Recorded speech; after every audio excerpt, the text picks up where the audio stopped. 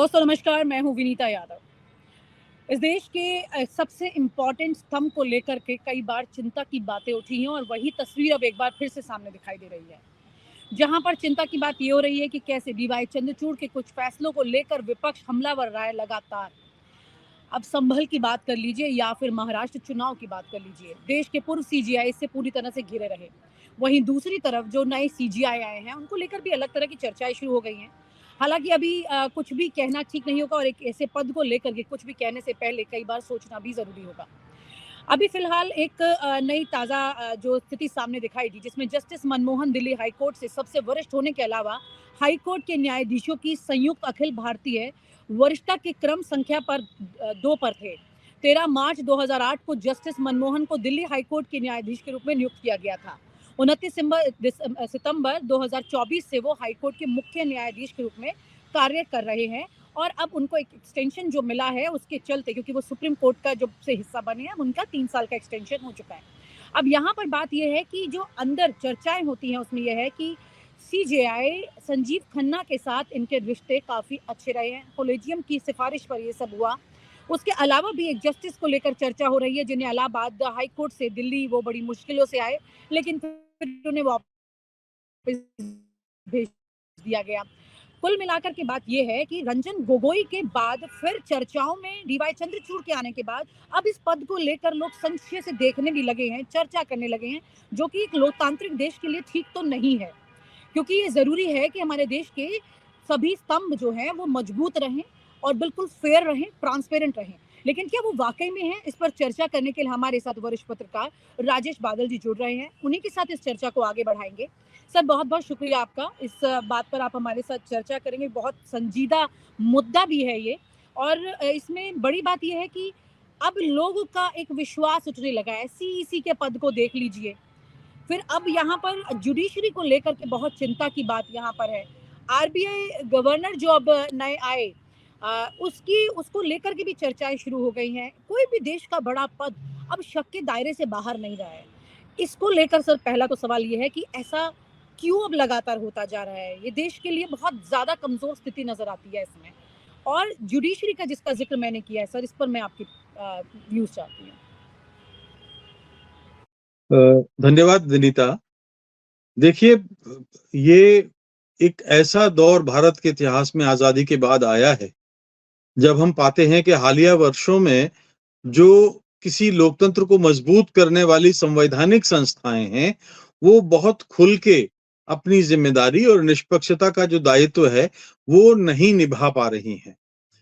अब उसमें नहीं निभा पा रही हैं तो बहुत सारे उसका जो व्याख्या या विश्लेषण हम करेंगे तो बहुत बात फैल जाएगी। लेकिन जो आपने जिस ओर इशारा किया है, हमारे एक न्यायपालिका की ओर, वो सचमुच में एक बहुत गंभीर मसला है।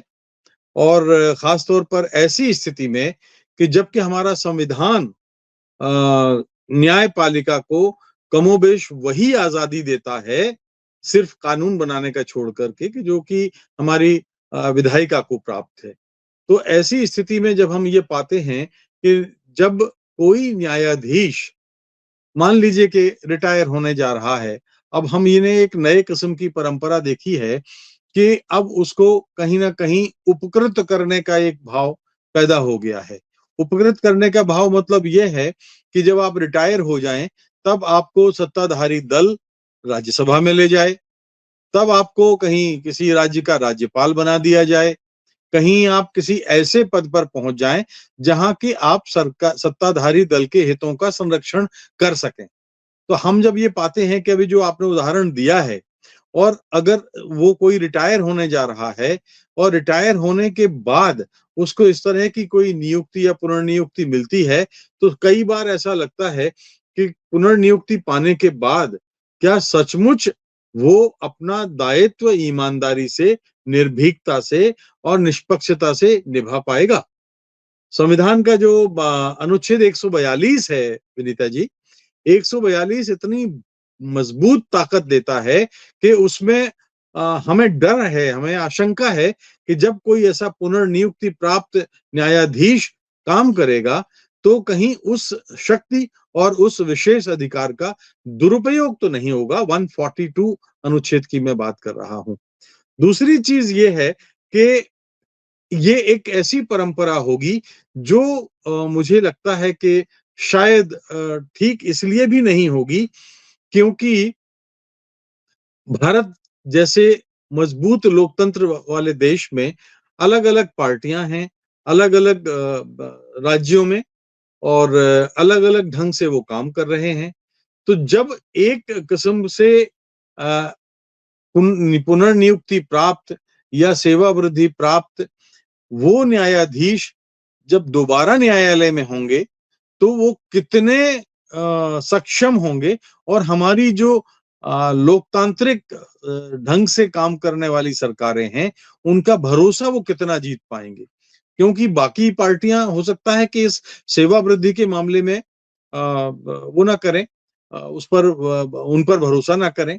अच्छा, दूसरी बात, मैं एक और उदाहरण आपको बताना चाहता हूं, क्योंकि हमारे संविधान के निर्माताओं ने दो चीजों पर बहुत ध्यान रखा था कि ऐसी संस्थाओं पर कोई उंगली ना उठा सके।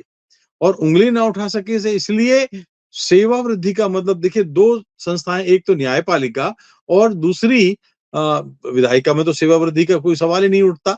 निर्वाचन होगा, निर्वाचन के बाद संसद सदस्य चुना जाएगा। लेकिन चुनाव आयोग जो होता है, आप नियम ये कहता है चुनाव आयोग का कि कहीं पर भी सेवा वृद्धि वाले अधिकारी, कर्मचारी ना तो मुख्य निर्वाचन पदाधिकारी होंगे, ना वो निर्वाचन कार्य में संलग्न होंगे। लेकिन हमने पिछले 2-3 वर्षों में देखा है कई राज्यों में जो मुख्य निर्वाचन पदाधिकारी से लेकर मुख्य सचिव से लेकर के जो सारे चुनाव कराने वाली एजेंसियां हैं, वो उनके जो टॉप अधिकारी हैं, ब्यूरोक्रेट्स हैं, वो सेवा वृद्धि वाले थे। तो जब कोई सेवा वृद्धि पर होता है, अब ये बताइए, भारत जैसे दुनिया के सबसे मजबूत लोकतंत्र के सबसे मजबूत सर्वोच्च न्यायालय का सदस्य, न्यायाधीशों के मंडल का सदस्य बनने में अगर किसकी दिलचस्पी नहीं होगी। अच्छे अच्छे वकील, शानदार ढंग से जो जिनका जुडिशियल कैरियर है, वो इस मामले में यहाँ आने का सपना देखते हैं। और अगर इस तरह से नियुक्ति या सेवा वृद्धि इस तरह से दी जाने लगी तो मुझे लगता है कि शायद वो अपने पद से न्याय नहीं कर पाएंगे, देश के लोकतंत्र से न्याय नहीं कर पाएंगे, और इसका बड़ा खामियाजा हमारे इस समूची व्यवस्था को और इस 150 करोड़ की आबादी वाले मुल्क को उठाना पड़ेगा। जी सर, यहाँ पे एक बड़ा सवाल ये उठ रहा है कि जुडिशरी की जो हम बात कर रहे हैं और जो चर्चा हम कर रहे हैं इसमें, क्या अब कोलेजियम सिस्टम को लेकर के मोदी सरकार के साथ बहुत बड़े टकराव की स्थिति भी दिखाई दी थी जुडिशरी की। और इससे पहले भी आपको याद होगा कि किस तरह से पहली बार इतिहास में ऐसा हुआ था, कई जजेस ने मिलकर के प्रेस कॉन्फ्रेंस की थी और लोकतंत्र को खतरे में बताया था। और आज की जो परिस्थिति है, और इससे पहले भी चुनाव के दौरान भी बहुत सारे लॉयर्स ने और एक अच्छी बड़ी लॉबी ने, लीगल लॉबी ने चिट्ठी लिखी थी सीजीआई को और ये कहा था कि ये खतरे में है। तो तमाम तरह के जो ये इंडिकेशंस मिल रहे हैं, और जिसमें उन्होंने ये भी जिक्र किया था कि दिन में मतलब कोर्ट में फैसले होते हैं और रात में नेता जो है वो जजेस से मिलते हैं। इस तरह की बातें भी हुई थी। तमाम तरह की ऐसी तस्वीर सामने निकल के आ रही है। ऐसे में क्या आपको ये लगता है कि वाकई में आज की तारीख में जुडिशरी उस बड़े घेरे में आ चुकी है जिस शक का जिक्र हम कर रहे हैं, और जो बात आपने इतने विवरण के साथ बताई है, तो क्या अब ये मतलब as an expert, as such इतना लंबा एक्सपीरियंस आपका, कि ये जो परेशानी भी आई है इसको लोग अभी भाप भी नहीं पा रहे हैं बड़ी बुरी तरह से, लेकिन ये बहुत बुरी तरह से आ चुकी है स्थिति, तो इसको ठीक होने में भी वक्त लगेगा और ना जाने कितना लगेगा, नहीं लगेगा, मतलब इसका मैं पूरा आंकलन समझना चाहती हूँ सर आपसे। बहुत ही गंभीर और बहुत महत्वपूर्ण इशारा आपने विनीता किया है। देखिए, मैं एक बोलचाल में, एक हम लोग आपस में इस्तेमाल किया करते हैं, एक मुहावरा है बोलचाल का, क्योंकि इस चीज को कॉमन मैन को समझना बहुत जरूरी है। जैसे मान लीजिए कि कोई 2x2 पुशबैक वीडियो कोच एक बस आती है नई, और उसका आप ऐसा दुरुपयोग कर दें कि वो रोडवेज की बस बन जाए, और रोडवेज की बस ऐसी कि जिसमें हॉर्न के अलावा सब कुछ बजता है। तो उस रोडवेज की उस बस को वापस 2x2 पुशबैक वीडियो कोच में कन्वर्ट करना आसान नहीं होता, बहुत कठिन होता है।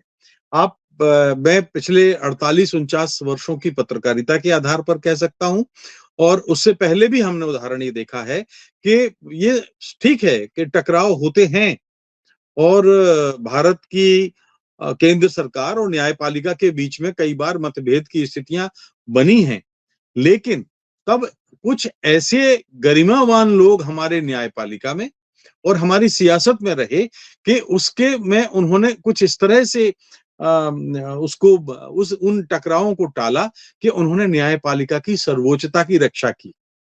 आप कितने भी उदाहरण देख लीजिए कि न्यायपालिका के सामने केंद्र सरकारों को झुकना पड़ा है। ये पहली बार हम स्थितियां ऐसी देख रहे हैं, जो आपने जिस ओर इशारा किया है कि न्यायपालिका अब सरकार की तरफ टकटकी लगा करके देखती है कि अगर मैं पद सेवानिवृत्त हो जाऊंगा तो मुझे ये पद मिल जाएगा, इसलिए मैं ऐसे फैसले सुनाऊं या ऐसे निर्णय करूं जो सरकार को लुभाने वाले हों। तो मैं ये कह रहा था कि हमने देखा है अपनी पत्रकारिता में, इंदिरा गांधी से ताकतवर इस देश की आजादी के बाद कोई नेत्री भारत में नहीं हुई, और भारत में ही क्या, विश्व के इतिहास में कोई महिला नेत्री इतनी ताकतवर नहीं हुई। एक सुप्रीम कोर्ट में एक जस्टिस खन्ना जो थे, जो मुख्य न्यायाधीश की कतार में थे, उनको उन्होंने नहीं बनाया था, और कुछ सुपरसीड करके जस्टिस बेग को बनाया था। उसके बाद खन्ना साहब ने त्यागपत्र दे दिया था। लेकिन ये ऐसे कुछ अपवाद हैं कि जब ये प्रयास किया गया कि न्यायपालिका सरकार के इशारे पर चले, लेकिन मैं ये पूरी जिम्मेदारी के साथ कह रहा हूं कि सरकार ने न्यायपालिका को अपने इशारों पर नचाने की कोशिश नहीं की। लेकिन अब ऐसा हो रहा है कि मुझे ऐसा लगता है कि हमारे न्यायाधीश खुद ही नाचने के लिए तैयार हैं। सरकार की धुन पर, सरकार के ऑर्केस्ट्रा की धुन जो निकल रही है, उसमें वो नाचने के लिए तैयार हैं। हमने देखा है किस तरह से पुनर्नियुक्तियां होती रही हैं। तो अब जो चीज हो रही है, ये मेरे लिए ही नहीं, देश के करोड़ों देशवासियों के लिए, जो लोकतंत्र के समर्थक हैं, उनके लिए बड़ी चिंता का विषय है। एक परिवर्तन और मैं आपको कहूंगा, सेवा वृद्धि की बात अकेली नहीं है।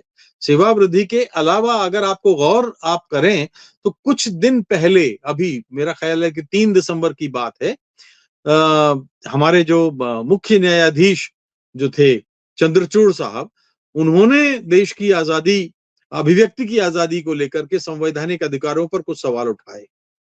मेरे लिए ये बड़े ताज्जुब की बात है कि जब वो पद पर थे, तब वो उन्होंने कभी इस बात को नहीं उठाया कि अभिव्यक्ति की आजादी कैसी होनी चाहिए और अभिव्यक्ति की आजादी को लेकर। लेकिन जैसे ही वो रिटायर हुए, हमारे उस संविधान की मंशा पर सवाल उठा रहे हैं, जिसकी शपथ लेके वो मुख्य न्यायाधीश बने थे। ये बहुत गंभीर बात है, और मुझे लगता है कि, और इसलिए भी कि अभी आप याद कीजिए, ढाका में, बांग्लादेश में फरवरी मार्च में एक कॉन्फ्रेंस हुई थी, और उसमें माननीय चंद्रचूड़ साहब ने ये बात कही थी कि भारत और बांग्लादेश ने अपने अपने संविधानों को जीवित संविधान की मान्यता दी है। जीवित संविधान की मान्यता देने का अर्थ ये है कि हमारा और बांग्लादेश का संविधान धड़कता हुआ संविधान है। अब संविधान के बारे में यहाँ एक टिप्पणी मैं आपको बताता हूं, जो हमारे ड्राफ्ट कमेटी के चेयरमैन थे, डॉक्टर भीमराव अंबेडकर, उन्होंने ये कहा था कि संविधान बना, चाहे कितना भी अच्छा बना लीजिए, लेकिन उसको अगर आप लागू करने वाले लोग ठीक नहीं हैं, तो वो ऐसा संविधान किसी काम का नहीं। और इसी से मिलती जुलती बात महात्मा गांधी ने 7 मई 1931 को यंग इंडिया में लिखी थी कि दुनिया का कोई भी लोकतंत्र हो, कोई भी प्रशासन का तंत्र हो, उसमें कोई दुरुपयोग उसका ना हो, इसकी आशंका को हम नकार नहीं सकते। तो इसका अर्थ तो ये नहीं है कि हम लोकतंत्र को ही छोड़ दें। और लोकतंत्र को छोड़ने से मतलब क्या है? हमें करना ये चाहिए कि हमें लोकतंत्र में जो उसके दुरुपयोग की आशंका है, उसको कम करना चाहिए।